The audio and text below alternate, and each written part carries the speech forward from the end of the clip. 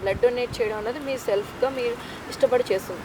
So మీతో పాటు మీరు ఎవరినైనా ప్రేరణ అంటే బ్లడ్ డొనేట్ చేయండి అని ప్రేరణ కల్పించడానికి మీరు ఏమైనా అవేర్నెస్ క్యాంప్స్ నిర్వహించడం కానీ లేదా స్కూల్స్కి వెళ్ళి అవేర్నెస్ క్రియేట్ చేయడం అలాంటివి ఏమైనా చేస్తూ ఉంటారా? చేస్తున్నంట. ఈరోజు కూడా నిన్న మిర్యాలగూడలో వెళ్ళాను. దగ్గర దగ్గర ఒక 200-300 మంది బ్లడ్ డోనార్స్కి నేను సన్మానం చేసి సర్టిఫికేట్స్ ఇచ్చి వచ్చాను నిన్న ఈ టయానికి మిర్యాలగూడలో ఉన్నాను.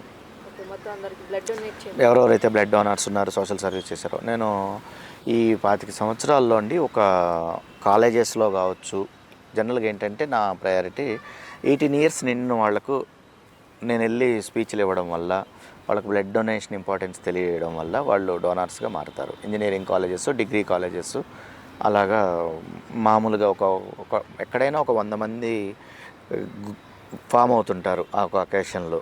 ఖచ్చితంగా నేను వెళ్ళడము వాళ్ళకు మోటివేట్ చేయడం జరుగుతుంది.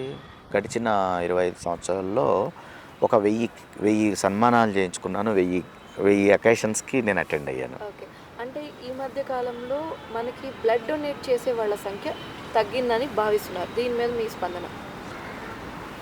అంటే బేసిక్గా మీరు చూసినట్లయితే మేడం, తగ్గడము పెరగడం అనేది ఏం కాదండి. ఒక 100 మంది పుట్టారంటే వాళ్ళ జీవిత కాలంలో ఒక 5 మంది బ్లడ్ డొనేట్ చేస్తారు. ఈ 5 మంది వాళ్ళ ఇంట్లో వాళ్ళ అవసరాల కోసం, ఎమర్జెన్సీలో వాళ్ళ ఫ్రెండ్స్ కోసము డొనేట్ చేస్తారు. బట్ వాళ్ళు కంటిన్యూ చెయ్యరు. మాలాగా కొంతమంది సోషల్ సర్వీస్లో ఉన్నవాళ్ళు అవసరం ఉన్నా లేకపోయినా కంటిన్యూ చేస్తూ ఉంటారు. ఎప్పుడూ షార్టేజే మేడం. మన గణాంకాలను కనుక పరిశీలిస్తే మన 140 కోట్ల మంది భారతదేశ జనాభాకు 5 కోట్ల యూనిట్ల రక్తం అవసరం. మనకు అందుబాటులో ఉండే రక్తం కేవలం 50 లక్షల యూనిట్లే. 4.5 కోటి యూనిట్లు షార్టేజీ. మీరు ఎప్పుడు ఎక్కడైనా అడగండి, బ్లడ్ బ్యాంకుల్లో స్టాక్ ఉండదు. ఇలా డోనార్స్ డొనేట్ చేస్తుంటారు, ఇలా వెళ్ళిపోతూ ఉంటుంది.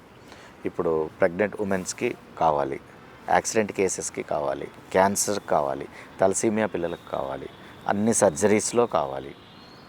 ఒక 100 మంది హాస్పిటల్లో జాయిన్ అవుతుంటే కనీసం ఒక 30-40 మంది సర్జరీస్కి, ప్రతి 100 మందిలో 30-40 మందికి ఖచ్చితంగా సర్జరీస్ పాయింట్ ఆఫ్ వ్యూలో అవసరమే ఉంటుంది. ఇంత హ్యూజ్ రిక్వైర్మెంట్స్కి తగ్గట్టుగా మనము డోనార్స్ లేరు. ఇప్పుడు మనం ఇంత అభివృద్ధి చెందుతున్న ఈ సమాజంలో ప్రతి 2 సెకండ్లకు ఒక వ్యక్తి ఈ బ్లడ్ కానీ బ్లడ్ కాంపోనెంట్స్ కానీ దొరక్క చనిపోతున్నారు.